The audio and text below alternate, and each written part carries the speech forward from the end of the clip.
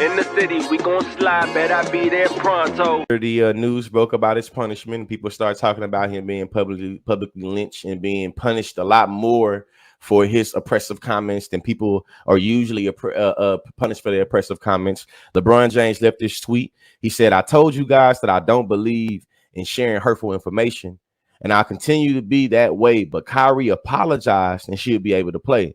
That's what I think. It's that simple. Help him learn, but he should be playing. What he's asked about to get back on the floor, I think, is excessive, in my opinion. He's not the person that's being portrayed of him. Anyways, back to rehab session. I just want to point out, like you said, in terms of nuance and us recognizing that, hey, listen, what he said and did was bad. We disagree with what he said and what he did. We also disagree with the punishment. I'm thinking of, you feel me, of almost in some instances where, you feel me, the precedent has been set, and thinking about like damn near like the verbiage of the Constitution, harsh and unusual punishment. You feel me? It's like there has never been a precedent usually for really across the board for this much, you feel me, to have to be had for you making a comment or for you pushing something about a particular, you know what I'm saying, a group. And I think that anti-Semitism is bad, anti-blackness is bad, but with recognizing that when anti-blackness happens, people are not asked to donate this much money and meet with NAACP and, you know what I'm saying, meet this much criteria to prove that you've learned and have enough cultural competency about anti-blackness and what it means to perpetuate and or add to the suffering of black people. Yeah. And no oppression Olympics, but if you want to accuse the oppression Olympics, like I always say, where's the medal at? You know what I'm saying? Because shit, we see that time after time again, the way in which we treat anti-Semitism and the way that we treat anti-blackness is not the same. And I think that for a lot of us individuals that see that oppression is always already bad, we recognize that the tenacity and how people respond to these things are not met with the same energy. And I think that is fair criticism to me. And, you know, so, you know, when you bring this up, of course, we have to dovetail in the large conversation that's been going on alongside this or adjacent to this issue, which has been the concept of buck breaking and a public lynching. Right. These are two kind of conversations we've been having. I want to make sure we break down those concepts so that we kind of hit to that, because I think, and there's a comparable instance to this that I know you'll be familiar with because this person ended up kind of being related to your team.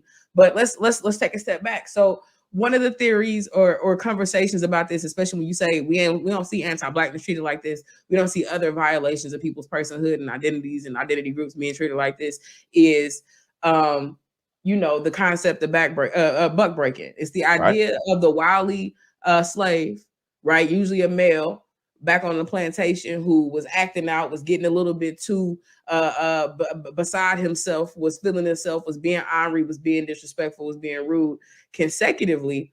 And what they would do was take that slave and use him to make an example. Right? You don't want to try me. This is not what you want to do. You play with me. This is how it's going to get down. And so they would, and this is where we get concepts of gratuitous violence on top of the obviousness of slavery, but do things to not only break that person, buck break, right? Literally break them down, but break their spirits and break the spirits of the people around them by embarrassing and humiliating them in a lot of different ways as a part of that process, right? Humiliation is a key and core component of how this kind of plays out. And so we see the, you know, onslaught. And in a lot of ways, my theory is that the Nets is paying him back. You know what I'm saying? For the hell he put them through with the vaccine.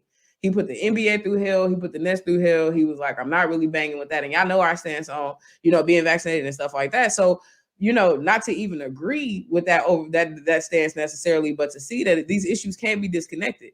And so, of course, the larger theory is that through butt breaking, they trying to get him, you know, to give up and to quit. The second kind of terminology associated with blackness that we see is the concept of a public lynching. We break down the concept of public lynching and kind of what that deals with, because a lot of people think of lynching and think automatically of you got to have a noose around your neck and be hanging from a tree, but the concept of it and how it's applied is different. What do you know about that?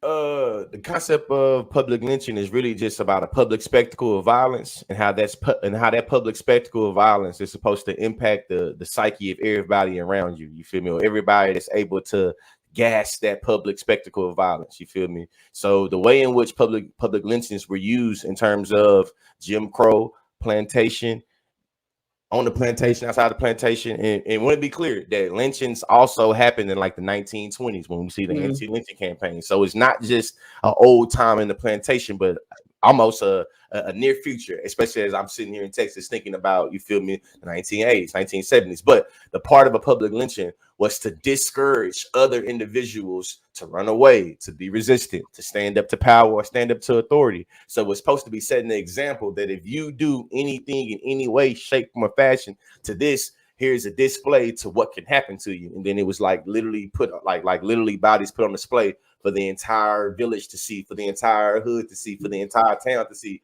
for the entire plantation to see. That was served as a little symbol to be like, hey, if your ass get out of line, this is going to happen to you. You know what I'm saying? I think that the rules of analogy come like getting into, like, you know what I'm saying, my Afro pessimist bag a little bit can be in this instance a little grotesque, a little extra. When you say the rules of analogy, what do you mean by that phrase?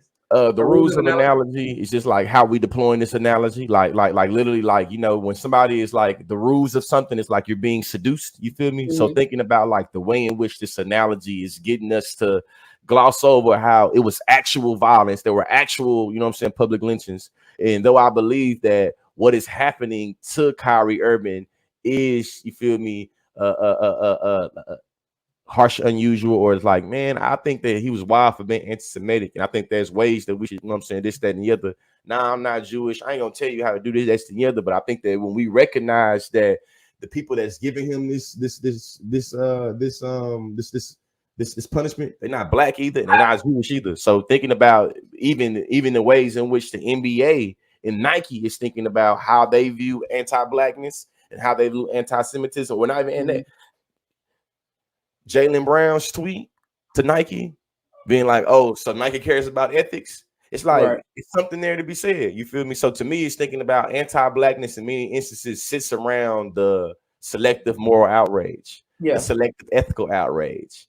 And being selective, you don't select that one. Absolutely. I agree 1000% with all of that. But one of the things I want to do in agreeing with that is go back to something that I said, and something that we, you know, was getting in the buck breaking, and how we're breaking down these two kind of lenses for looking at this. Rock Cohen says they didn't just buck break a regular troublemaker, and we use it. They would use it on men that they think the other slaves respected and will follow. And I do feel like that's an effective addendum. I think we're both probably right in the sense that anybody who could, you know, be perceived to be, their behaviors to be acceptably replicated. Anybody who felt like they wanted to get out of place. Make an example out of you. Leaders, right? Literally the people who they wanted to show you that the person you were dependent on, the person who thought they were putting you on game and showing you maybe a truth about the situation or whatever, is actually somebody who is no stronger, you know, than who you want to give them respect to, or who you want to give credibility to. And so I'm very, here's my question. And yes, Lee is rocking the beret tonight. You know, we don't ask no questions here at the Chop Up Show. We support each other. So I'll ask my brother. I love him. My question is, you know, we have these concepts of public lynchings, and Miss Maisha had a great example too. I want to point out that the murder and torture of Emmett Till, for example, is another example of a public lynching, right? So when you look at the differences in what it looks like and how it materializes, it's that same thing, right? You don't touch white women around here. You don't whistle at white women around here. You don't disrespect us. You know, you stay in your place. And any other nigga that want to come around here and act like this is what it looks like for them, right? So great examples of that. I guess the way that I start to think about this, though, and how I don't want to jump the shark and I don't want to miss the boat. I think there's some tension, though, in the public lynching. And this is the thing about nuance. I think I'm going to end this. This will be the last thing I say. I'm going to end it where we started with nuance, because I don't want us to forget and lose sight of the fact that Kyrie, I said we weren't going to talk about him on this show. Right. Kyrie represented some beliefs that are problematic. We have to be honest about that, right? We have to be honest of, or at least that create the portal and the pathway and debate. We call it the internal link to a particular type of anti-Semitic violence, right? We just have to kind of playing with that word lynching is wild, but we do have to be honest about the implications of anything that endorses anti-Semitism. So that has to be true. But I also think at the same time, nuance and understanding two things can be true at the same time is that the extent to which, you know, and here's the example I want to leave you with. And I told you I was going to have an example for how it didn't play the same for somebody else, even though there was a punishment, is Miles Leonard. No, what's that man's name? He was playing with the Heat. Leonard, white boy, was playing basketball, listening on a headset, playing some type of game, and called somebody a anti-Semitic slur. Miles Leonard, ain't that his name? Yeah. I know you're talking about the white boy. Yeah, definitely. Yeah, yes. Definitely. The big man, the center, his power forward. Yeah, him. Exactly. Right. So he yelled out something anti-Semitic. He called, I'm not even gonna spell it out, but used a slur on the game. And what was wild is it was just him and another person on the game. So I don't even think it was a whole bunch of people. Somehow it got recorded and leaked. But he got kicked off the Heat, forced to go into anti-Semitism training, and then he got shipped off to OKC. Right. That's why I said your team got sent off to your team, and I don't think he got to play again. And so there was a punishment there, but I want to point out the uniqueness in between what happened with him and what's happening with Kyrie. Now, some people will say, well, Kyrie's a bigger player. He's more visible. I guess they're going to put more responsibility and accountability on him. But I do, when we talk about true, but just when we talk about what public lynchings look like, you know what I'm saying? Because the reason why he's so visible, mostly because he all right point guard, right? I ain't gonna say he's terrible. He ain't trash. Kyrie is I got personal beef with Kyrie as a Celtics fan. So without trashing him, he top. He good. He a top 10 PG. I don't think, you know, whatever. But I also think there is something very unique about the way that this issue is being handled, how it's unfolding around us, and what we see. I don't want to be overly apologetic for Kyrie in terms of what he's done and the stances that have the ability to mobilize hate and anti-Semitism. But at the same time, the rules of nuance say that I can also agree that I think some weird shit is unfolding with how he is being treated and how this is playing. So I guess that was my only gesture, is to just kind of say, this is something to behold. This is some weird shit going on.